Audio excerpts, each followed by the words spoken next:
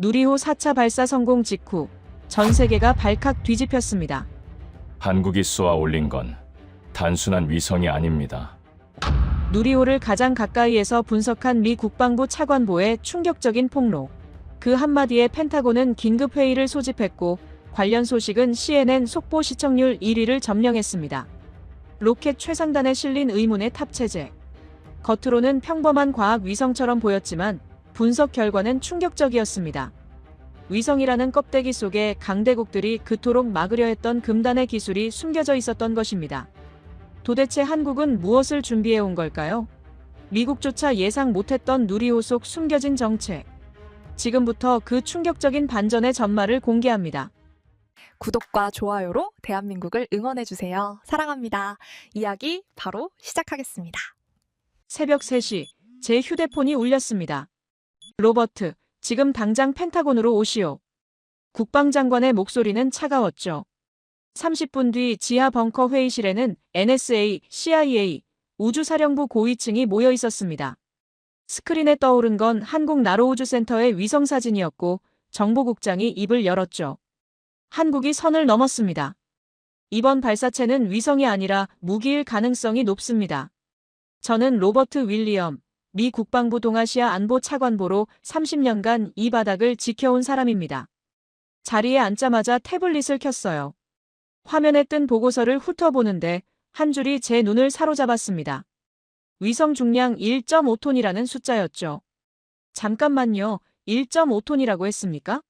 한국이 쏘아 올린다는 위성 무게가 정말 그렇게 나갑니까? NRO 분석관이 고개를 끄덕이며 답했습니다. 네, 한국 측이 공개한 공식 자료입니다. 확인된 수치죠. 저는 보고서를 책상에 내던졌습니다. 회의실이 조용해졌죠. 모두가 제 반응을 지켜보고 있었어요. 여러분, 이 숫자가 뭘 의미하는지 아십니까?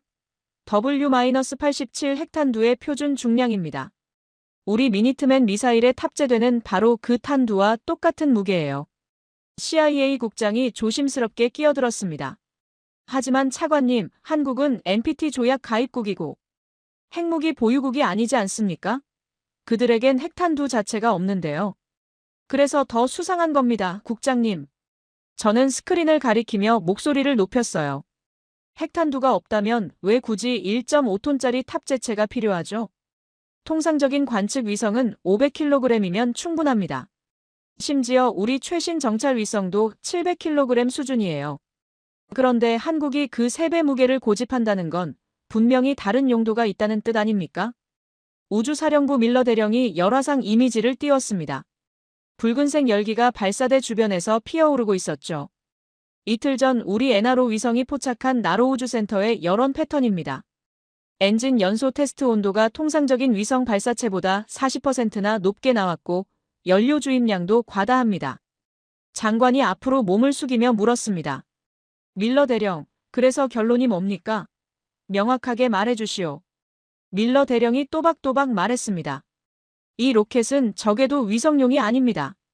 사정거리 최소 12,000km급, 사실상 대륙 간탄도미사일 성능을 갖췄다고 봐야 합니다. 회의실이 얼어붙었습니다. 모두가 말을 잃었죠. 한국이 ICBM을 개발하고 있다는 말입니까? 우리의 동맹국이 우리 등 뒤에서 이런 짓을 하고 있었단 말입니까? CIA 국장이 파일을 펼치며 추가 설명을 했습니다. 최근 한국 정부가 미사일 사거리 제한 해제를 요구했습니다. 우리가 단호히 거부했죠. 그런데 이번 발사는 그 제한을 우회하는 수법으로 보입니다. 우주 발사체라는 이름으로 포장했지만 각도만 10도 낮추면 그게 곧 워싱턴을 겨냥한 무기가 되는 겁니다. 게다가 중국과 러시아 반응도 문제입니다. NSA 부국장이 덧붙였어요. 한국의 발사를 핑계로 자기들도 군비를 확장하겠다고 나설 겁니다. 동북아 전체가 군비 경쟁에 휩싸이는 거죠. 장관이 깊은 한숨을 쉬었습니다. 한국 놈들이 판을 다 깨버리는구만. 로버트, 자네가 직접 가야겠어. 저는 이미 예상하고 있었습니다. 뭘 확인하길 원하십니까? 나사 기술 규정 준수 여부를 명분으로 삼아서 샅샅이 뒤지게. ICBM 개발 증거가 1%라도 나오면 즉시 발사를 중지시켜. 만약 한국이 거부하면 기술통제협정 위반으로 제재를 걸 거야. 반도체 장비 수출부터 막으면 되지. 차갑지만 효과적인 방법이었죠. 한국 경제의 급소를 정확히 누르는 겁니다. 회의가 끝나고 저는 제 집무실로 돌아왔습니다. 책상 위엔 한국 관련 자료가 수북이 쌓여 있었어요. 저는 커피를 한 모금 마시며 파일을 펼쳤죠. 대한민국, 우리의 혈맹이라 부르는 나라입니다. 하지만 솔직히 말하자면 저는 그들을 동등한 파트너로 본 적이 없어요. 관리 대상이었죠. 우리가 기술을 주고 그들은 우리 전략에 따라 움직이는 하청기지. 6.25 전쟁 때 우리가 피를 흘려 지켜준 나라 아닙니까? 그런데 지금 감히 우리 허락도 없이 독자 행동을 하고 있습니다. 자료를 넘기다 보니 흥미로운 대목이 나왔어요. 한국의 75톤급 엔진 기술. 이건 러시아 RD-191 엔진과 추력이 거의 비슷하죠.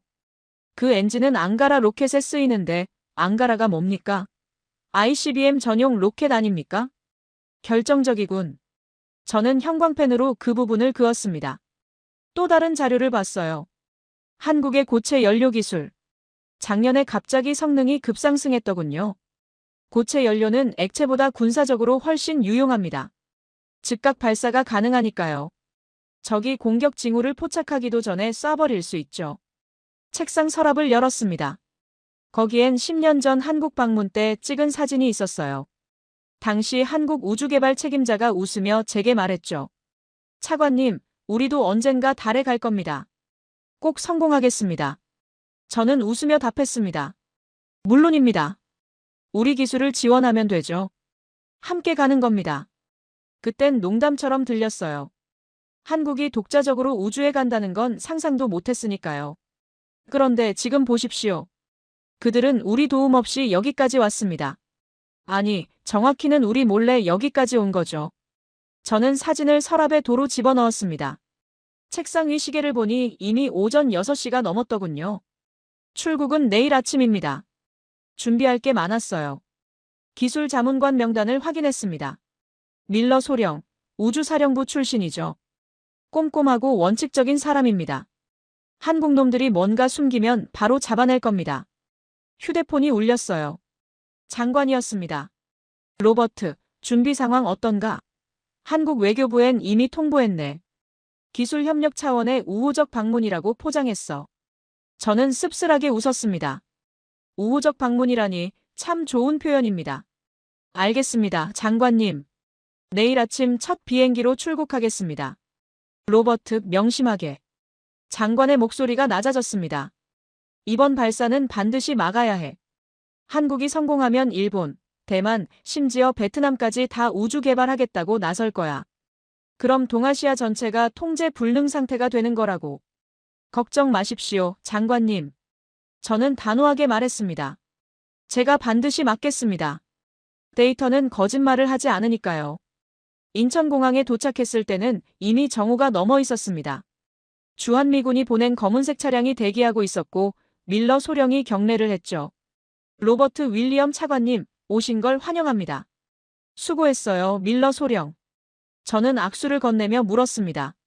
한국 측 인사는 누가 나옵니까? 강인수 단장이 직접 나왔습니다. 저쪽에 계십니다. 공항 로비 한쪽에 50대 후반으로 보이는 남자가 서 있었어요. 며칠 못 깎은 수염, 낡은 점퍼 차림이었죠. 하지만 눈빛만은 형형하게 빛나고 있었습니다. 강인수입니다. 나로우주센터 총괄 단장입니다. 그가 악수를 청했어요. 거친 손이었죠. 오랫동안 현장에서 일한 사람의 손이었습니다. 로버트 윌리엄입니다. 먼 길 마중 나와주셔서 감사합니다. 저는 웃으며 말했지만 속으론 이미 관찰을 시작했어요. 아, 참. 강 단장님, 한 가지 궁금한 게 있는데요. 저는 차에 오르기 전에 물었습니다. 이번 발사에 러시아 쪽 기술자들은 다 돌려보내셨죠? 순수 국산 기술인지 확인이 필요해서 여쭙는 겁니다. 강인수가 웃었습니다. 하지만 그 눈빛은 웃지 않고 있었죠. 차관님, 러시아 사람들은 1차 발사 때 이미 다 돌아갔습니다. 지금은 우리 사람들만 남았어요. 걱정 마십시오. 그렇군요. 그럼 안심이네요. 저는 차에 올라탔습니다. 서울로 들어가는 고속도로는 빽빽했어요. 아파트 숲, 공장 굴뚝, 끝없이 이어지는 건물들. 창밖 풍경을 보며 생각했죠. 정말 지독한 나라입니다. 70년 전엔 폐허였는데 지금은 어떻습니까? 반도체, 조선, 자동차 그리고 이제는 우주까지. 놀라운 성장이에요. 인정합니다. 하지만 그게 우리를 위협할 권리를 주진 않죠. 용산 국방부 청사에 도착했습니다. 회의실에는 한국 국방부 관계자들이 기다리고 있었어요. 저는 서류 가방을 열며 본론으로 들어갔습니다. 먼저 감사 인사를 드립니다. 이렇게 협조해 주셔서 고맙습니다. 저는 파일을 꺼내며 말했죠. 다만 한미 우주협력협정에 의거해서 몇 가지 확인할 사항이 있습니다. 이번 발사체의 단분리 화약 성분표를 좀 봐야겠습니다. 국제법상 군사용 폭약으로 분류될 수 있어서 확인이 필요한 거죠. 강인수의 표정이 굳었습니다. 차관님, 그건 한화에어로스페이스의 기업 기밀입니다. 쉽게 공개하기 어려운 부분이에요. 강 단장님. 저는 목소리를 낮췄습니다. 협정서 3조 2항을 보십시오. 미국산 부품이 하나라도 들어간 발사체는 기술 검증 대상입니다. 그리고 당신네 로켓에 우리 센서가 17개나 들어갔다는 거 제가 이미 확인했어요.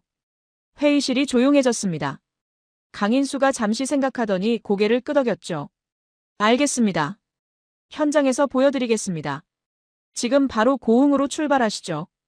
헬기를 타고 전남 고흥으로 이동했습니다. 서울 상공을 벗어나자 산과 들이 펼쳐졌어요. 저는 창밖을 내다보며 밀러 소령에게 물었습니다. 소령, 한국 로켓 기술 수준이 어느 정도라고 봅니까? 솔직히 말씀드리면 놀랍습니다, 차관님. 밀러가 조심스럽게 답했어요. 나사 자료와 비교해봤는데 엔진 효율이 우리 1990년대 후반 수준에 도달했습니다. 생각보다 훨씬 빠르게 따라잡고 있어요. 그래서 위험한 겁니다. 저는 중얼거렸죠. 헬기가 나로우주센터에 착륙했습니다. 바다가 보이는 언덕 위에 거대한 조립동이 서 있었어요. 강인수가 앞장서서 걸었습니다. 이쪽입니다, 차관님. 조립동 안으로 들어서는 순간 저는 숨이 멎었습니다. 47m 높이의 누리호가 우뚝 서 있었어요. 흰색 동체에 태극기가 선명하게 그려져 있었죠. 인상적이군요. 저는 로켓을 올려다보며 말했습니다. 하지만 강 단장님, 한 가지 질문이 있습니다. 말씀하십시오. 이 로켓의 발사 각도를 보니 거의 수직에 가깝더군요. 그런데 각도를 10도만 낮추면 어떻게 됩니까? 강인수가 저를 쳐다봤습니다. 표정이 굳어 있었죠. 무슨 말씀이신지 모르겠는데요. 모르실 리 없습니다. 저는 차갑게 말했어요. 이 로켓이 수직으로 올라가면 위성 발사체입니다. 하지만 각도를 낮추면 그게 바로 대륙 간탄 도미사일이 되는 거죠. 강 단장님, 이 로켓은 사실상 ICBM 아닙니까? 강인수가 천천히 입을 열었습니다. 차관님, 우리는 각도를 낮출 생각이 전혀 없습니다. 하지만 누가 우리를 건드리면 낮출 능력은 있습니다. 그 말에 저는 등골이 서늘해졌어요. 이건 협박입니까? 아니면 경고입니까? 그건 위협인가요? 제가 물었습니다. 아닙니다. 강인수가 웃었습니다. 그냥 사실을 말씀드린 겁니다. 우리는 전쟁 때 비행기 한 대가 없어서 당했습니다. 미국이가 날아와도 우린 속수무책이었죠. 맨손으로 하늘만 쳐다봤어요. 그래서 다짐했습니다. 다시는 그런 꼴을 당하지 않겠다고요. 그의 목소리엔 오랜 설움이 배어 있었습니다. 저는 할 말을 잃었어요.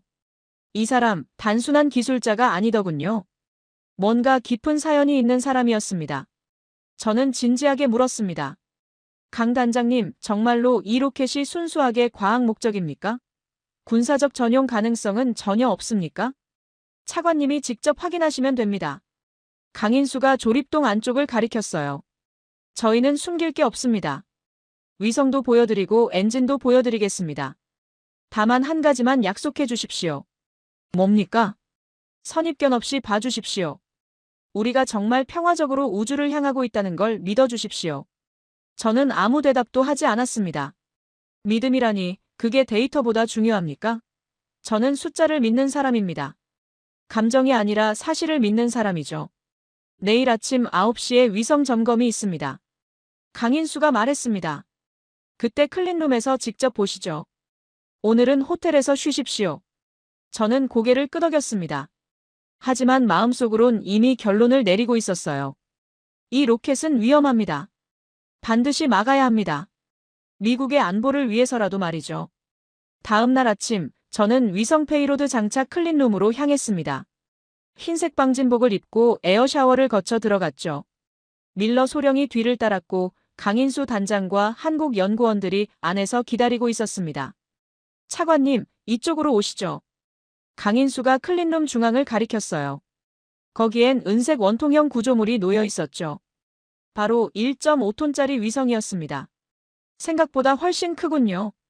이 안에 뭐가 들어있는지 좀 볼 수 있을까요? 저는 천천히 다가가며 물었습니다. 물론입니다. 저희가 숨길 이유가 전혀 없으니까요. 한 명의 여성 연구원이 나섰어요. 30대 중반쯤 돼 보였죠. 이지은입니다. 위성 시스템 및 페이로드 총괄 수석 연구원이고 이 위성은 제가 처음부터 끝까지 설계했습니다. 그녀가 태블릿으로 뭔가를 조작하자 위성 덮개가 천천히 열렸습니다. 안에는 작은 큐브 위성 여러 개와 실험 장비들이 빼곡하게 들어있었어요. 이게 전부입니까? 큐브 위성이랑 제약 실험 키트밖에 안 보이는데요. 저는 실망한 듯 물었습니다. 네, 총 13개의 큐브 위성이 탑재돼 있고 각각 다른 임무를 수행하게 됩니다. 대기 관측부터 우주 방사선 측정, 통신 중계 실험까지 다양한 과학 임무를 맡고 있죠. 이지은이 차분하게 설명했습니다. 저는 안도의 한숨을 쉬는 척했습니다. 하지만 뭔가 이상했어요. 1.5톤짜리 탑재체에 고작 큐브 위성 몇 개라니 무게가 안 맞습니다. 잠깐만요, 이 스프링 같은 장치는 뭡니까? 위성을 밖으로 쏘아보내는 사출 장치인가요? 저는 위성 내부를 자세히 들여다보며 물었습니다. 예, 정확히 보셨습니다. 13개 위성을 궤도에 올린 뒤에 20초 간격으로 하나씩 사출하는 장치죠. 각 위성이 서로 다른 궤도에 정확하게 안착하도록 타이밍과 각도를 정밀하게 제어하는 시스템입니다. 이지은이 태블릿 화면을 보여주며 설명했어요. 그 순간 제 등골이 서늘해졌습니다. 20초 간격 다중 사출, 각각 다른 궤도, 정밀한 타이밍 제어. 이건 MIRV 기술입니다. 다탄두 각계목표 재도립체, 미국과 러시아만 보유한 최첨단 미사일 기술 아닙니까? 차관님, 괜찮으십니까? 안색이 별로 안 좋아 보이시는데요. 강인수가 걱정스럽게 물었어요. 아니, 괜찮습니다. 그냥 이 기술이 생각했던 것보다 훨씬 더 정교해서 놀랐을 뿐입니다. 그런데 이 사출 장치의 정밀도가 정확히 어느 정도나 됩니까? 저는 애써 평정을 유지하며 물었습니다. 오차 범위 0.1초 이내입니다. 우리 팀이 지난 3년 동안 밤낮 없이 개발했고 이 정도면 세계 최고 수준이라고 자부할 수 있죠. 이지은이 자랑스럽게 말했습니다. 저는 속으로 계산했습니다. 위성 13개를 쏘아보낸다는 건 탄두 13개를 동시에 발사할 수 있다는 뜻입니다. 서울에서 평양, 베이징, 도쿄를 동시에 타격할 수 있는 능력이죠. 이지은 박사님, 솔직하게 여쭙겠습니다. 이 기술을 군사적으로 전용할 가능성은 전혀 없습니까? 만약 위성 대신 다른 걸 실으면 어떻게 되는 겁니까? 저는 조심스럽게 물었습니다. 차관님께서 무슨 말씀을 하시는 건지 잘 이해가 안 가는데요. 저희는 순수하게 평화적 목적으로만 이 기술을 사용할 계획입니다. 이지은이 저를 똑바로 쳐다보며 말했죠. 다만 차관님께서 그렇게 궁금해하시니까 한 가지만 더 말씀드리자면 이 사출 장치는 우주 쓰레기 제거 임무에도 활용될 수 있습니다. 고장난 위성이나 우주 잔해물을 포획해서 대기권으로 안전하게 떨어뜨리는 거죠. 물론 그 청소 대상이 정말로 쓰레기인지 아니면 누군가의 정찰 위성인지는 상황에 따라 판단하게 되겠지만요. 그녀의 말에 저는 온몸에 소름이 돋았습니다. 강 단장님, 정말 솔직하게 말씀해 주십시오. 이게 정말로 순수한 과학 실험용입니까? 저는 강인수를 돌아보며 물었습니다. 물론입니다, 차관님. 우리 젊은 연구원들이 정말 열심히 만든 우주 청소 장치예요. 다만 뭘 청소할지, 언제 청소할지는 저희가 필요에 따라 판단하게 되겠죠. 강인수가 웃으며 말했습니다. 하지만 그 웃음은 차갑기 그지없었어요. 저는 할 말을 잃었습니다. 이 사람들, 겉으로는 평화를 말하지만 속으론 칼을 갈고 있었어요. 밀러 소령, 이 사출 장치 사진을 좀 찍어 두십시오.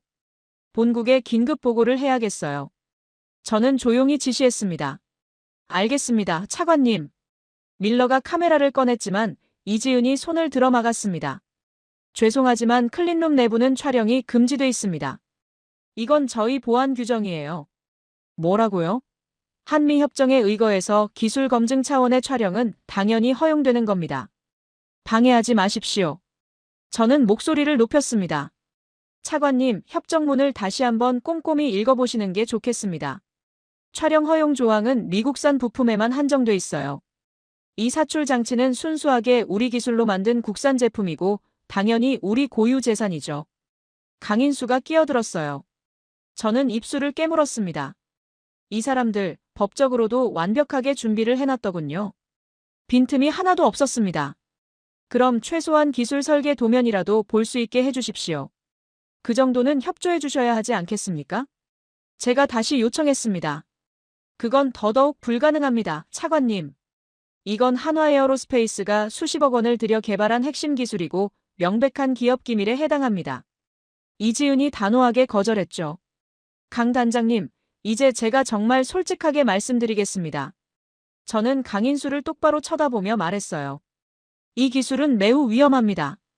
다탄두 재도립 기술과 거의 동일한 구조이고 군사적으로 전용될 가능성이 지나치게 높습니다. 미국 정부는 이런 위험한 발사를 도저히 승인할 수가 없어요. 차관님, 한 가지 명확하게 짚고 넘어가야 할 게 있습니다. 강인수가 한 걸음 다가왔습니다. 우리는 미국 정부의 승인 같은 건 필요로 하지 않습니다. 이건 우리 땅에서 우리가 개발한 기술로 우리 세금으로 쏘아 올리는 로켓입니다. 차관님이 막을 권리는 애초에 없어요. 권리가 없다고요? 한미동맹이라는 게 존재한다는 사실을 잊으셨습니까? 미국이 이 나라 안보를 책임지고 있다는 걸 정말 모르십니까? 저는 코웃음을 쳤습니다. 안보는 안보대로 중요하고 우주 개발은 우주 개발대로 중요한 겁니다. 이 둘은 완전히 별개의 문제죠. 우리는 더 이상 누구한테 허락받고 사는 나라가 아닙니다. 강인수가 뒤따라 나왔습니다. 차관님, 내일 최종 기립 점검이 있습니다. 발사 사흘 전이죠. 그때 다시 오시면 모든 시스템을 직접 확인하실 수 있을 겁니다. 그러죠. 내일 다시 오겠습니다. 저는 고개를 끄덕였습니다.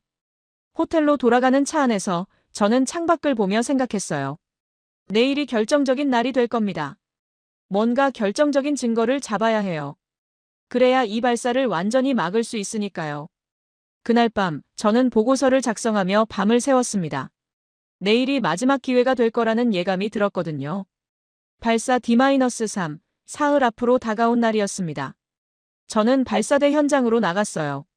47m 높이의 누리호가 우뚝 서 있었죠.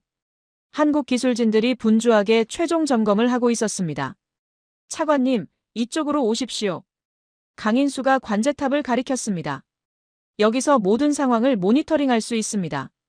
관제실에 들어서자 수십 개의 모니터가 눈에 들어왔어요. 각종 센서 데이터, 연료 주입 상태, 날씨 정보가 실시간으로 업데이트되고 있었죠. 날씨가 좀 불안하네요. 밀러 소령이 기상 레이더를 보며 말했습니다. 저기압이 다가오고 있습니다. 내일부터 비가 올 것 같은데요. 괜찮습니다. 우리 로켓은 악천 후에도 견딜 수 있게 설계됐어요. 한 연구원이 자신 있게 말했죠.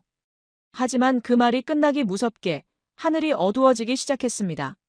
먹구름이 몰려왔고 곧 빗방울이 떨어지기 시작했어요. 기립 점검을 시작하십시오. 강인수가 지시했습니다. 모든 시스템 최종 확인합니다. 연구원들이 빗속으로 뛰어나갔습니다. 저는 창밖을 내다봤어요. 비가 점점 거세지고 있었죠. 센서 이상 감지. 갑자기 한 연구원이 소리쳤습니다. 일단 산화제 탱크, 압력 저하 경고가 떴습니다. 관제실이 긴장에 휩싸였습니다. 강인수가 달려와 모니터를 확인했어요. 압력이 얼마나 떨어졌습니까? 정상치 대비 3% 낮습니다. 미세 누설이 의심됩니다. 즉시 외부 점검팀 투입하십시오. 밸브 연결 부위부터 확인하세요. 강인수의 목소리는 침착했지만 표정은 굳어 있었죠. 밀러 소령이 제 옆으로 다가왔습니다. 차관님, 이거 심각합니다. 산화제 탱크 누설이면 발사 자체가 불가능해요. 얼마나 심각한 겁니까? 제가 물었습니다. 최악의 경우 로켓을 다시 내려서 탱크를 완전히 분해해야 합니다. 그럼 최소 한 달은 걸리죠. 밀러의 말에 저는 속으로 안도했습니다. 이제 명분이 생겼어요. 기술적 결함을 이유로 발사를 중단시킬 수 있게 된 겁니다. 빗속에서 점검팀이 사다리를 타고 올라갔습니다. 방수복을 입은 연구원들이 로켓 표면을 손으로 더듬으며 확인했죠. 밸브 연결 부위 점검 완료, 이상 없습니다. 2차 배관 라인 점검 완료, 누설 흔적 없습니다. 하나씩 보고가 들어왔지만 압력은 계속 떨어지고 있었습니다. 이건 외부 문제가 아닙니다. 한 선임 연구원이 말했어요. 내부 O-링이 사갔거나 밸브 자체에 미세한 균열이 있는 겁니다. 강인수의 얼굴이 창백해졌습니다. 내부 문제라면 로켓을 완전히 분해해야 한다는 뜻이었죠. 저는 밀러에게 눈짓을 했습니다. 밀러가 태블릿을 꺼내 나사 매뉴얼을 펼쳤어요. 강 단장님, 잠시만요. 밀러가 나섰습니다. 나사 안전 규정 3-7조를 보십시오. 산화제 탱크 압력이 정상치 대비 2% 이상 벗어나면 즉시 발사를 연기하고 완전 점검에 들어가야 합니다. 지금 3%나 떨어졌으니까 명백한 규정 위반입니다. 소령님, 우리는 나사가 아닙니다. 강인수가 답답하다는 듯 말했죠. 우리 자체 안전 기준이 있고 그 기준으로는 5%까지 허용됩니다. 그건 너무 위험합니다. 밀러가 목소리를 높였어요. 만약 발사 도중 탱크가 터지면 어떻게 하시겠습니까? 수백억 원짜리 로켓이 공중에서 폭발하는 걸 보고 싶으십니까? 우리는 그런 위험을 감수할 준비가 돼 있습니다. 강인수가 단호하게 말했습니다. 저는 더 이상 참을 수가 없었습니다. 강 단장님, 이제 그만하시죠. 저는 앞으로 나섰습니다. O-링이 사갔거나 밸브에 균열이 있다는 건 로켓을 내려서 완전히 분해하고 부품을 교체해야 한다는 뜻입니다. 그러려면 최소 한 달은 걸릴 겁니다. 이번 발사는 취소입니다. 더 이상 논쟁할 필요도 없어요. 차관님, 강인수가 제 앞으로 다가왔습니다. 안 됩니다. 절대로 안 됩니다. 이번 발사 윈도우를 놓치면 다음 기회는 6개월 뒤입니다. 궤도 역학상 지구와 태양의 위치가 맞아떨어지는 시기가 정해져 있어요. 우리 연구원들이 추석도 설도 다 반납하고 3년 동안 매달렸습니다. 이대로 포기할 수 없어요. 강 단장님, 저도 당신 심정은 이해합니다. 저는 차갑게 말했습니다. 하지만 이건 감정으로 해결될 문제가 아닙니다. 기술적 결함이 명백한데 어떻게 발사를 강행합니까? 이게 바로 당신네 한계예요. 과학은 간절함으로 되는 게 아니라 정확한 데이터로 하는 겁니다. 나사 매뉴얼대로 하십시오. 저는 말을 자르며 단호하게 지시했습니다. 로켓 기립을 중단하고 정비동으로 다시 옮기세요. 탱크를 완전히 분해해서 부품을 교체하고 모든 안전검사를 다시 받으십시오. 그리고 발사는 취소하고 내년 윈도우를 기다리세요. 이게 정답입니다. 관제실이 조용해졌습니다. 모두가 말을 잃었죠. 차관님께서 그렇게 말씀하시는 건 우리 발사를 막고 싶어서 그러시는 거 아닙니까? 한 젊은 연구원이 떨리는 목소리로 물었습니다. 뭐라고요? 저는 그를 노려봤습니다. 지금 내가 당신네를 위해서 하는 말입니다. 결함이 있는 로켓을 쏘면 폭발합니다. 그럼 한국 우주개발은 완전히 끝나는 거예요. 그게 정말 원하는 겁니까? 더 이상 논쟁하지 맙시다. 저는 코트를 걸치며 말했습니다. 저는 호텔로 돌아가겠습니다. 내일 아침까지 로켓을 내리는 작업 일정을 보고해 주십시오. 밀러 소령, 갑시다. 저는 관제실을 나섰습니다. 뒤에서 강인수가 뭐라 말하는 소리가 들렸지만 듣지 않았어요. 차를 타고 호텔로 가는 길 밀러가 조심스럽게 물었습니다. 차관님, 정말 저들이 로켓을 내릴까요? 제 생각엔 몰래 수리해서 강행할 것 같은데요. 그러면 더 좋죠. 저는 차창 밖을 보며 말했습니다. 안전 규정을 어기고 발사했다가 실패하면 그게 바로 한국 우주 개발의 종말입니다. 어느 쪽이든 우리 승리예요. 호텔에 도착해서 방에 들어왔습니다. 창밖으론 여전히 비가 쏟아지고 있었어요. 저는 와인 한 잔을 따라 마시며 생각했습니다. 이제 끝났어요. 한국의 오만함은 여기까지입니다. 그들이 아무리 발버둥 쳐도 결국 미국의 기준을 따를 수밖에 없다는 걸 깨닫게 될 겁니다. 하지만 왠지 모르게 마음 한구석이 불편했습니다. 강인수의 절규하는 표정이 자꾸 떠올랐거든요. 누리호 발사가 이틀 앞으로 다가온 새벽이었습니다. 저는 잠을 이루지 못하고 뒤척이다가 일어났어요. 시계를 보니 새벽 2시였죠. 물을 마시러 창가로 갔습니다. 그런데 이상한 광경이 눈에 들어왔어요. 멀리 나로우주센터 쪽에서 불빛이 환하게 켜져 있었습니다. 정비동 건물 전체가 환했죠. 아직도 일하고 있는 건가? 저는 중얼거렸습니다. 제가 분명히 철수 명령을 내렸는데 저들이 무슨 짓을 하고 있는 겁니까? 저는 재킷을 걸치고 밀러 소령에게 전화를 걸었습니다. 소령, 지금 당장 일어나서 차를 준비하십시오. 나로우주센터로 갑니다. 네. 지금 새벽 2시인데요, 차관님. 상관없어요. 저 사람들이 뭔가 몰래 하고 있습니다. 즉시 가서 확인해야겠어요. 30분 뒤, 우리는 정비동 앞에 도착했습니다. 빗속에서 차를 세우고 내렸죠. 건물 안에서 사람들 소리가 들렸습니다. 문을 열고 들어서는 순간 저는 입이 떡 벌어졌어요. 수백 명의 연구원들이 바닥에 앉아 있었습니다. 젖은 옷을 입은 채로 도면을 펼쳐놓고 김밥을 먹으며 토론하고 있었죠. 뭐 하는 겁니까? 저는 소리쳤습니다. 제가 분명히 철수하라고 했을 텐데요. 강인수가 저를 발견하고 다가왔습니다. 그의 눈은 충혈돼 있었고 얼굴엔 피로가 역력했어요. 차관님, 우리는 포기할 수 없습니다. 저는 화를 냈습니다. 강 단장님, 나사 안전규정을 어기고 무슨 짓을 하시겠다는 겁니까? 탱크에 결함이 있다고 했잖습니까? 강인수가 조용히 말했죠. 결함을 고치면 됩니다. 우리는 지금 해결 방법을 찾았어요. 부품을 새로 만들 겁니다. 부품을 만든다고요? 주문하면 최소 2주는 걸린다고 했잖습니까? 주문하지 않습니다. 우리가 직접 만들 거예요. 그때 한 노인이 앞으로 나왔습니다. 70대로 보이는 왜소한 체구의 할아버지였죠. 기름때 낀 손톱, 두꺼운 돋보기 안경, 허리가 굽어 있었습니다. 노인이 말했어요. 내가 깎겠습니다. 미국 놈들은 기계로 하지만 우리는 손으로 깎습니다. 간절함으로 깎는 거죠. 이분이 박 명장님입니다. 강인수가 소개했습니다. 나로우주센터 가공팀 수석 기술 고문이시고 대한민국 1호 기계공입니다.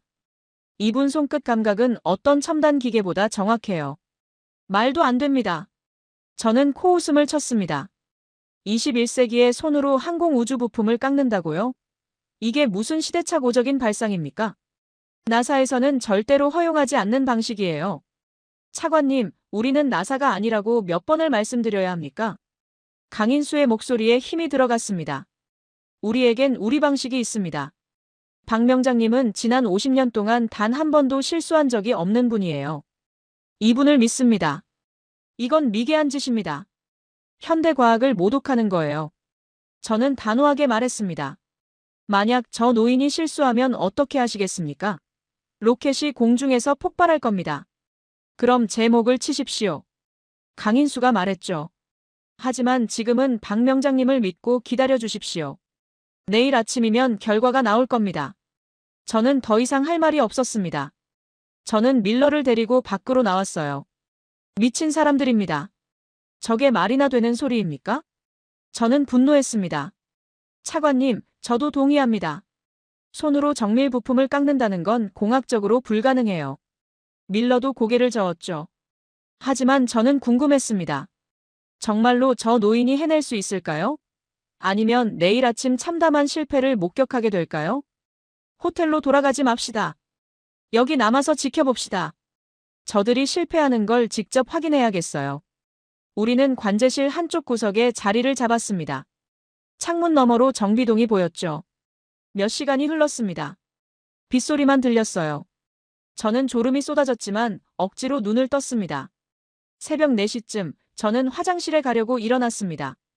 복도를 지나다가 정비동 쪽 창문을 봤어요. 그리고 그 광경을 목격했습니다. 낡은 선반 기계 앞에 박 명장이 앉아 있었습니다.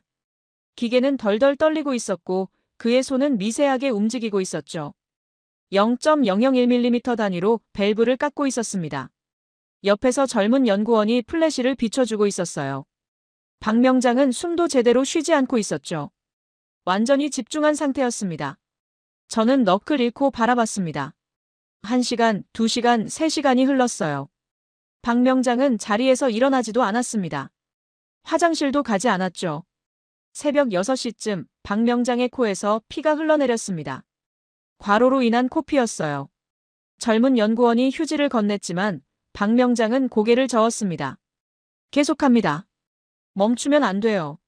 손 감각이 식으면 처음부터 다시 시작해야 합니다. 그의 목소리가 들렸습니다. 저는 가슴이 먹먹해졌어요. 이 사람은 대체 뭐 때문에 저렇게까지 하는 겁니까? 연구원 하나가 박 명장 옆에 무릎을 꿇고 물었습니다. 명장님, 좀 쉬시죠. 제가 대신 할게요. 박 명장이 고개를 저었습니다. 안 돼. 내 손은 아직 어려. 이건 50년 경력이 필요한 일이야. 그리고 말이다. 박 명장이 잠시 말을 멈췄습니다. 이거 못 띄우면 나 죽어서 조상님들 뵐 면목이 없어. 6.25 때 우리가 비행기 한 대 없어서 얼마나 당했는지 아냐? 이번엔 꼭 성공해야 해.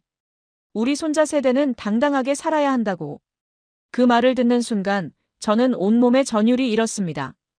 이 사람은 월급 때문에 일하는 게 아니었어요. 국가의 자존심 때문에, 후손들의 미래 때문에 목숨을 걸고 있었던 겁니다. 저는 과거를 떠올렸습니다. 1970년 아폴로 13호 위기 상황. 나사 엔지니어들이 밤새 덕트 테이프와 비닐봉지로 이산화탄소 필터를 만들었던 그 순간. 불가능을 가능으로 만들었던 그 처절한 사투. 지금 제 눈앞에서 똑같은 일이 벌어지고 있었습니다. 한국의 낡은 정비동에서 70대 노인이 맨손으로 기적을 만들어내고 있었어요. 밀러가 제 옆으로 왔습니다.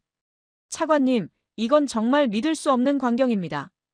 교과서에도 없는 방법이에요. 저는 중얼거렸습니다. 나도 압니다. 하지만 저게 바로 한국입니다. 불가능을 모르는 사람들이죠. 발사 하루 전 아침이었습니다. 저는 새벽 내내 정비동을 지켜보다가 어느새 의자에서 잠들어 있었어요. 눈을 뜨니 햇살이 눈부셨죠. 차관님, 일어나십시오. 믿을 수 없는 일이 벌어졌습니다. 밀러 소령이 저를 깨웠습니다. 무슨 일입니까? 저는 비몽사몽간에 일어나 창밖을 봤습니다. 밤새 쏟아지던 비가 그쳤고 하늘은 맑게 개어 있었어요. 그리고 발사대에는 누리호가 다시 우뚝 서 있었습니다. 저게 어떻게 된 겁니까? 저는 눈을 의심했습니다. 부품 교체가 완료됐습니다. 새벽 5시에 작업이 끝났고 지금 막 최종 테스트를 마쳤어요. 밀러가 태블릿을 보여줬습니다. 압력 수치를 보십시오. 완벽하게 정상입니다. 저는 모니터를 확인했어요. 일단 산화제 탱크 압력이 정상 범위로 돌아와 있었습니다. 오차 범위 0.2% 이내였죠. 이건 불가능합니다. 저는 중얼거렸습니다. 박 명장님이 해냈습니다. 강인수가 뒤에서 말했습니다. 48시간 동안 잠도 안 자고 부품을 깎아서 만드셨어요. 그리고 30분 전에 장착 완료했습니다. 저는 할 말을 잃었습니다. 정말로 해낸 겁니까? 70대 노인이 맨손으로 항공우주 부품을 만들어냈단 말입니까? 직접 확인하러 가시겠습니까? 강인수가 물었습니다. 저는 고개를 끄덕이고 정비동으로 향했습니다. 문을 열고 들어서자 박 명장이 바닥에 쓰러져 자고 있었어요. 젊은 연구원들이 담요를 덮어드리고 있었죠. 작업대를 봤습니다. 거기엔 은빛으로 빛나는 밸브 부품이 놓여 있었어요. 완벽한 표면 처리, 정밀한 나사산, 0.001mm의 오차도 없는 가공이었습니다. 이게 정말 손으로 만든 겁니까? 저는 떨리는 손으로 부품을 집어들었습니다. 네, 맞습니다. 한 연구원이 답했습니다. 박 명장님께서 밤새 깎으셨어요. 우리는 옆에서 불만 비춰드렸죠. 저는 부품을 자세히 들여다봤습니다. 나사에서 만든 부품과 구별이 안 될 정도로 완벽했어요. 밀러가 중얼거렸습니다. 이건 마법입니다. 물리적으로 설명이 안 돼요. 마법이 아닙니다, 소령님. 강인수가 말했죠. 이건 50년 경력과 조국에 대한 사랑이 만들어낸 기적입니다. 저는 아무 말도 할 수 없었습니다. 제가 평생 믿어왔던 과학, 데이터, 매뉴얼. 그 모든 게 지금 이 한국 노인 앞에서 무너지고 있었어요. 관제실로 돌아왔습니다. 모니터들은 모두 녹색 신호를 보여주고 있었죠. 시스템 정상, 연료 주입 완료, 날씨 양호. 내일 오전 10시에 발사합니다. 모든 준비가 끝났어요. 강인수가 선언했습니다. 그때 제 휴대폰이 울렸습니다. 미 국방장관이었죠. 로버트, 상황이 어떤가? 저는 창밖의 누리호를 바라보며 말했습니다. 장관님, 한국이 수리를 완료했습니다. 내일 발사한다고 합니다. 뭐? 어떻게 그렇게 빨리 고쳤다는 거야? 부품 주문하는 데만 2주 걸린다고 했잖아. 직접 만들었습니다, 장관님. 손으로 깎아서 만들었어요. 무슨 소리야, 로버트. 21세기에 손으로 항공우주 부품을 만든다고? 장관의 목소리가 높아졌습니다. 하지만 사실입니다. 그리고 테스트 결과도 완벽합니다. 듣게, 로버트. 이제 명분 같은 건 필요 없어. 장관의 목소리가 낮아졌습니다. 날씨 핑계를 대서라도 막아. 태풍이 온다고 해, 안전상 문제가 있다고 해. 무슨 수를 쓰더라도 이번 발사는 막아야 해. 한국이 우주까지 진출하는 꼴을 보고 싶어 하지 않는 의원들이 많아. 알겠나? 저는 침묵했습니다. 박 명장이 담요를 덮고 자고 있는 모습이 보였습니다. 48시간 동안 잠도 안 자고 코피를 흘리면서까지 부품을 만든 그 노인의 모습이요. 로버트, 들리나? 대답 안 할 거야? 장관이 다그쳤습니다. 저는 천천히 입을 열었습니다. 장관님, 유감스럽게도 날씨가 너무 좋습니다. 하늘이 맑고 바람도 잔잔해요.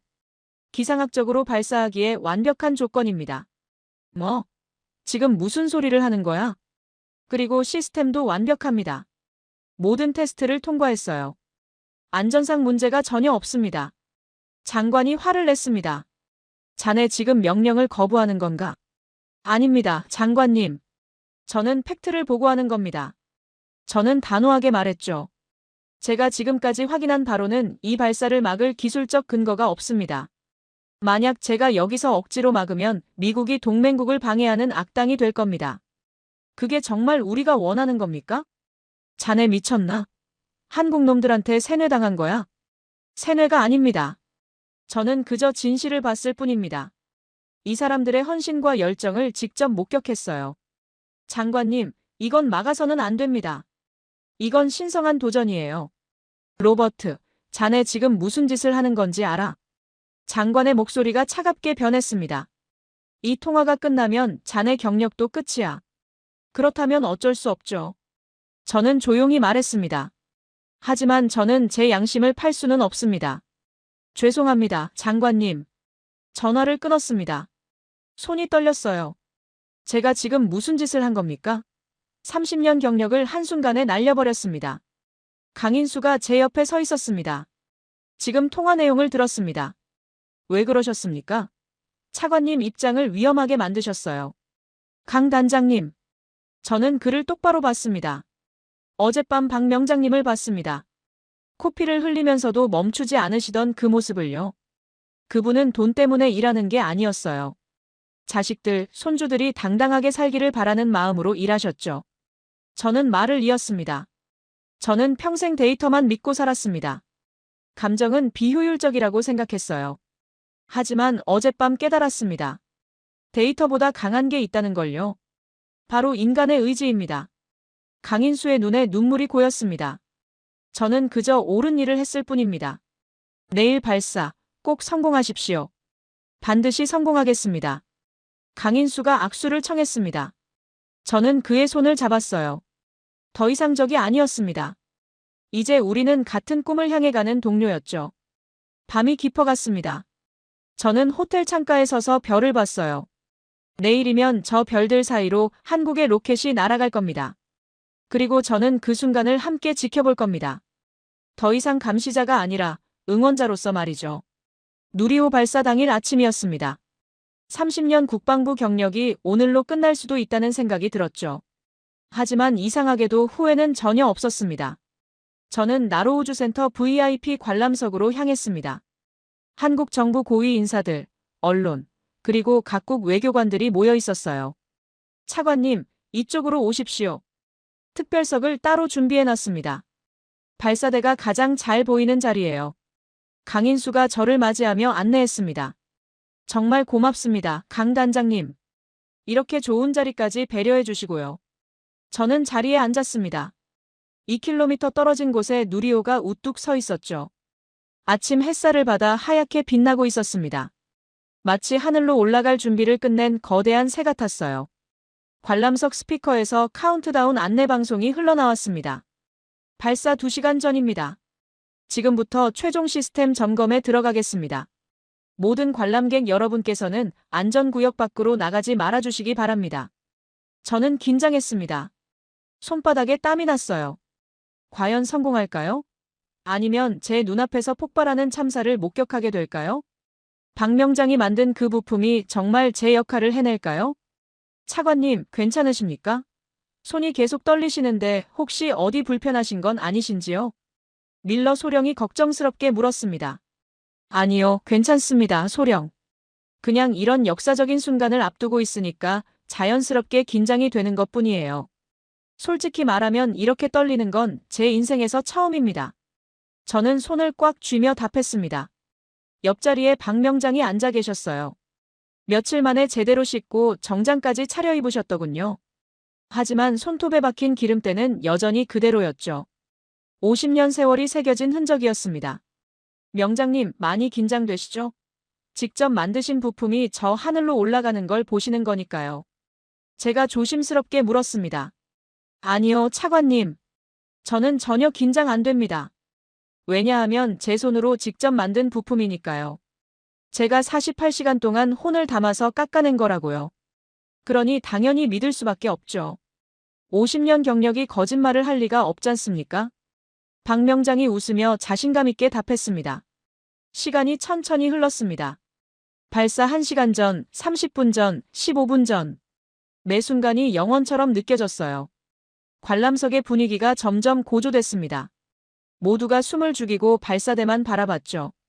어떤 사람은 기도하듯 두 손을 모으고 있었고, 어떤 사람은 카메라를 들고 떨리는 손으로 초점을 맞추고 있었습니다.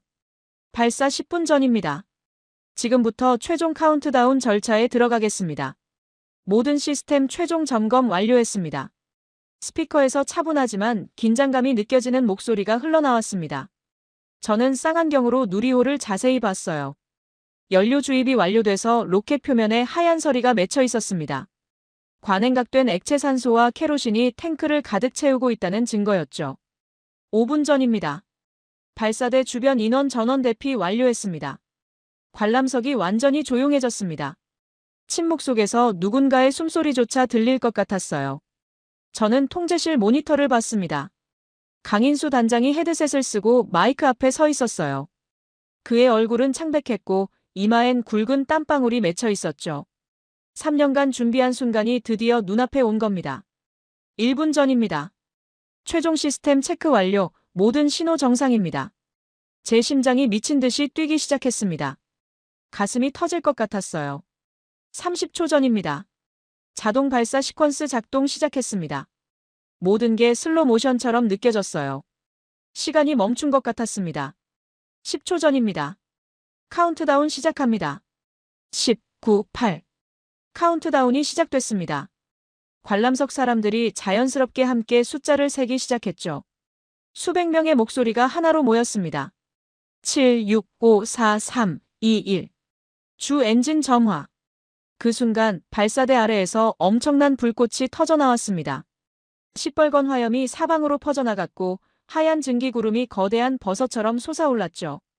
땅이 울렸습니다. 아니, 땅만 운 게 아니라 공기 전체가 진동했어요. 2km나 떨어진 관람석까지 강력한 진동이 전해졌습니다. 엄청난 굉음이 귀를 때렸고 가슴팍이 울렸어요. 누리호가 움직이기 시작했습니다. 천천히, 정말 천천히 중력을 거스르며 떠올랐죠. 300톤의 추력이 200톤의 로켓을 밀어올리고 있었습니다. 마치 거대한 손이 로켓을 들어올리는 것 같았어요. 올라간다. 올라가고 있어요. 보세요. 저걸 보세요. 누군가 감격에 겨워 소리쳤습니다. 저는 완전히 넋을 잃고 바라봤어요. 누리호가 점점 속도를 내며 하늘로 솟아올랐습니다. 불꽃 기둥이 로켓을 따라 끝없이 치솟았죠. 오렌지색과 노란색이 뒤섞인 거대한 화염이 대낮의 하늘을 물들이고 있었습니다. 아름답다. 정말 아름다워. 저는 중얼거렸습니다. 저 불꽃은 단순한 연료가 타는 불꽃이 아니야. 저건 5천만 국민의 한이 타오르는 불꽃이야. 70년 동안 쌓인 서름과 간절함이 저렇게 타오르는 거라고. 옆에서 박명장이 하늘을 올려다보며 눈물을 흘리고 계셨습니다. 6.25 전쟁 때 미군 지프차를 따라다니며 초콜릿을 얻어먹던 그 시절, 비행기 한 대 없어서 무력하게 당하던 그 시절을 떠올리고 계신 게 분명했어요. 일단 부스터 분리 성공. 고도 60km 돌파했습니다. 통제실에서 첫 번째 환호성이 터졌습니다. 스크린에 로켓이 보였어요. 일단 부스터가 깔끔하게 분리되며 아래로 떨어져 나갔고 바로 이어서 2단 엔진이 힘차게 점화됐습니다. 불꽃이 다시 한번 솟구쳤죠. 2단 엔진 정상 작동 중입니다. 현재 고도 150km를 돌파했고 속도는 초속 5km입니다. 3단 분리 준비 완료. 20초 후 분리합니다. 카메라가 통제실에 강인수를 비췄습니다. 그는 눈을 질끈 감고 두 손을 꽉 쥐고 있었어요. 차마 스크린을 똑바로 볼 수가 없는 듯했죠. 옆에 선 연구원들도 마찬가지였습니다. 누군 기도하듯 손을 모으고 있었고 누군 입술을 깨물며 떨고 있었어요. 2단 분리 성공. 3단 엔진 점화 완료. 모든 시스템 정상입니다. 현재 고도 500km. 목표 궤도로 정확하게 진입하고 있습니다. 고도 700km 도달. 위성 분리 카운트다운 시작합니다. 가장 긴장되는 순간이 왔습니다. 이제 마지막 단계만 남았어요. 위성 분리가 성공해야 진정한 성공입니다. 위성 분리 시작합니다. 스크린에 위성이 로켓에서 떨어져 나가는 모습이 생생하게 보였습니다. 13개의 큐브 위성이 설계대로 정확히 20초 간격으로 하나씩 사출됐죠. 마치 꽃이 꽃잎을 하나씩 펼치는 것처럼 아름다운 광경이었습니다. 1호 위성 분리 성공. 2호 위성 분리 성공. 3호, 4호, 5호 모두 정상 분리. 13호 위성까지 전부 분리 완료. 모든 위성이 정상 궤도에 진입했습니다. 발사 완전 성공. 대한민국 누리호 4차 발사 완전 성공입니다. 그 순간 통제실이 폭발했습니다. 하지만 환호성이 아니었어요. 통곡이었습니다. 울음바다였죠. 강인수가 무릎을 꿇고 바닥에 쓰러지듯 주저앉았습니다. 어깨가 심하게 들썩이며 소리내어 울고 있었죠. 옆에 연구원들도 서로 껴안고 울었습니다. 이지은 박사도 책상에 얼굴을 묻고 흐느꼈어요. 관람석도 마찬가지였습니다. 박 명장이 고개를 떨구고 흐느꼈어요. 70년을 기다린 눈물이었습니다. 한평생을 기다린 이 순간이었죠. 강인수의 떨리는 목소리가 스피커를 통해 관람석까지 들렸습니다. 아버지, 하늘에서 보고 계십니까? 우리가 드디어 해냈습니다. 이제 우리 힘으로, 우리 기술로 우주를 엽니다. 더 이상 남의 나라 눈치 보지 않습니다. 저는 가슴이 무너지는 것 같았습니다. 목이 메었어요. 제 눈에도 어느새 뜨거운 눈물이 고여 있었습니다. 저는 자리에서 일어났습니다. 비틀거리며 통제실로 걸어갔죠. 밀러 소령이 뒤따라왔지만 말리지 않았어요. 통제실 문을 열고 들어갔습니다. 강인수가 바닥에 주저앉아 울고 있었어요. 저는 그의 앞에 섰습니다. 강인수가 천천히 고개를 들었습니다. 눈물 범벅이 된 얼굴이었죠. 저는 말없이 차렷 자세를 취하고 거수 경례를 했습니다. 미군식 최고 경례, 최고의 존경을 표하는 자세였습니다. 강인수 단장님, 그리고 대한민국의 모든 연구원 여러분, 당신들을 진심으로 존경합니다. 저는 또박또박 떨리는 목소리로 말했습니다. 강인수가 비틀거리며 일어나 제 손을 잡았습니다. 악수가 아니었어요. 두 손으로 꽉 쥐었죠. 차관님, 우리를 믿어주셔서 진심으로 감사합니다. 제가 더 감사합니다, 강 단장님. 저는 진심으로 말했습니다. 당신들이 제게 잊고 있던 걸 다시 가르쳐줬어요. 데이터보다 더 중요한 게 있다는 것. 인간의 의지와 헌신이 얼마나 위대한지를 보여줬습니다. 새로운 시대가 열렸습니다. 발사 성공 다음 날, 전 세계 언론이 들끓었습니다. 저는 호텔방에서 노트북을 켜고 뉴스를 확인했어요. CNN부터 BBC, 알자지라까지 모든 매체가 한국의 성공을 톱뉴스로 다루고 있었죠. 대한민국, 독자 기술로 우주강국 반열에 올라. 이제 전 세계에서 자력으로 1톤 이상 위성을 쏘아 올릴 수 있는 나라는 단 7개국뿐입니다. CNN 앵커가 흥분된 목소리로 보도했습니다. 한국의 누리호는 단순한 과학 성취가 아닙니다. 이것은 지정학적 판도를 바꿀 사건이에요. 사실상 한국은 이제 대륙 간탄 도미사일 보유 능력을 갖춘 셈입니다. BBC 군사 전문가가 분석했죠. 중국과 러시아가 긴장하고 있습니다. 한국의 기술력이 예상보다 훨씬 빠르게 발전했고 이제 동아시아 군사 균형이 완전히 달라질 것으로 보입니다. 제 휴대폰이 울렸습니다. 국방장관이었어요. 저는 한숨을 쉬고 전화를 받았습니다. 로버트, 자네 지금 뉴스 보고 있나? 네, 보고 있습니다, 장관님. 한국이 해냈어. 우리가 막으려 했지만 결국 성공했단 말이야. 자네 책임이 크네. 장관의 목소리는 차가웠습니다. 장관님, 하지만 이게 우리에게 나쁜 일만은 아닙니다. 한국은 여전히 우리의 동맹국이고 그들의 기술력 향상은 결국 동북아시아에서 우리 편의 전력이 강화되는 걸 의미하지 않습니까? 저는 조심스럽게 말했습니다. 자네 정말 한국 사람들한테 세뇌당한 거 아닌가? 아니면 그쪽에서 뭔가 받은 거라도 있어? 장관님, 그런 게 아닙니다. 저는 그저 현장에서 직접 목격한 사실을 말씀드리는 겁니다. 한국 사람들의 헌신과 기술력은 진짜였어요. 우리가 인정해야 합니다. 로버트, 자네 이번 일로 경력에 큰 타격을 입을 거야. 이미 의회에서 자네 책임을 묻는 목소리가 나오고 있어. 알고 있습니다, 장관님. 하지만 저는 후회하지 않습니다. 저는 단호하게 말하고 전화를 끊었습니다. 창밖을 봤어요. 맑은 하늘이 펼쳐져 있었죠. 700km 상공에선 한국의 위성 13개가 지구를 돌고 있었습니다. 오후에 저는 짐을 쌌습니다. 이제 미국으로 돌아갈 시간이었어요. 강인수가 공항까지 배웅하겠다고 했죠. 인천공항으로 가는 차 안에서 강인수가 말했습니다. 차관님, 이번 일로 미국에서 곤란해지신 거 아닙니까? 제가 들으니까 본국에서 차관님을 문책하려 한다던데요. 괜찮습니다, 강 단장님. 저는 옳은 일을 했을 뿐이에요. 30년 경력이 날아가더라도 제 양심을 지키는 게 더 중요합니다. 정말 죄송합니다. 제 때문에 차관님이 피해를 보시게 됐네요. 강인수의 목소리에 미안함이 가득했습니다. 아닙니다. 오히려 제가 감사해야죠. 당신들이 제게 중요한 걸 가르쳐줬습니다. 데이터와 매뉴얼만 믿고 살던 제게 인간의 의지가 얼마나 강한지 보여줬어요. 저는 진심으로 말했습니다. 공항에 도착했습니다. 체크인을 마치고 출국장으로 향하는 길, 강인수가 마지막으로 물었습니다. 차관님, 솔직하게 여쭤봐도 될까요? 처음에 우리를 보시면서 정말 어떻게 생각하셨습니까? 저는 잠시 망설였습니다. 그리고 솔직하게 답했죠. 처음엔 당신들을 관리 대상으로만 봤습니다. 미국의 하청기지, 우리말을 들어야 하는 속국 정도로 생각했어요. 오만했죠.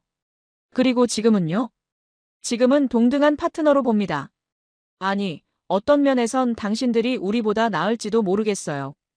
우리는 돈과 시스템으로 움직이지만 당신들은 혼을 담아서 일하니까요. 강인수가 손을 내밀었습니다. 차관님, 언젠가 다시 만날 날이 있겠죠? 그때는 더 좋은 상황에서 만났으면 좋겠습니다. 물론입니다. 그리고 강 단장님. 저는 악수를 하며 마지막으로 물었습니다. 그 1.5톤짜리 위성 안에 진짜 뭘 숨긴 겁니까? 정말 순수하게 과학 실험용이었습니까? 강인수가 빙그레 웃었습니다. 차관님, 우리는 아무것도 숨기지 않았습니다. 다만 자주국방이라는 무거운 꿈을 실었을 뿐이죠. 그 꿈이 1.5톤의 무게를 가진 겁니다. 알겠습니다. 저는 고개를 끄덕였습니다. 더 이상 묻지 않겠습니다. 어차피 이제 우리가 통제할 수 있는 영역이 아니니까요. 출국 심사를 마치고 탑승구로 걸어가면서 저는 한국에서의 지난 일주일을 떠올렸습니다. 처음 왔을 때 저는 오만한 제국의 감시자였어요. 하지만 떠날 때는 겸손한 목격자가 되어 있었죠. 비행기에 올랐습니다.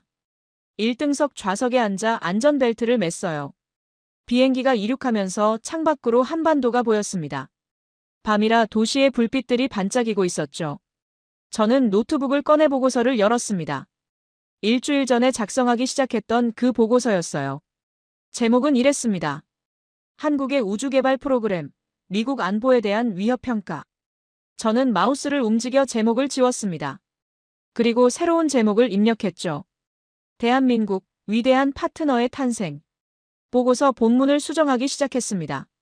본인은 지난 일주일간 한국 나로우주센터에서 누리호 4차 발사를 참관했습니다. 당초 본인의 임무는 한국의 기술적 위협을 평가하고 필요시 발사를 저지하는 것이었습니다. 하지만 현장에서 목격한 것은 위협이 아니라 헌신이었습니다. 70대 노인이 48시간 동안 잠도 자지 않고 손으로 정밀 부품을 가공하는 모습, 수백 명의 연구원이 바닥에서 김밥을 먹으며 밤을 새우는 모습, 성공의 순간 서로 껴안고 우는 모습을 봤습니다. 이것은 단순한 기술 개발이 아니었습니다. 이것은 한 민족의 자존심을 되찾는 과정이었습니다. 70년 전 폐허에서 시작해 이제 우주까지 도달한 그들의 여정을 존중해야 합니다. 결론적으로 본인은 한국의 우주 개발을 막으려는 시도가 잘못됐다고 판단합니다.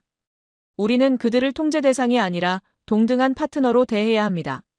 한국의 기술력 향상은 결국 우리 동맹의 강화를 의미하며 동북아시아에서 미국의 전략적 이익에도 부합합니다. 한국은 더 이상 과거의 한국이 아닙니다. 그들은 이제 스스로 서는 법을 배웠고 우리는 그 사실을 인정해야 합니다.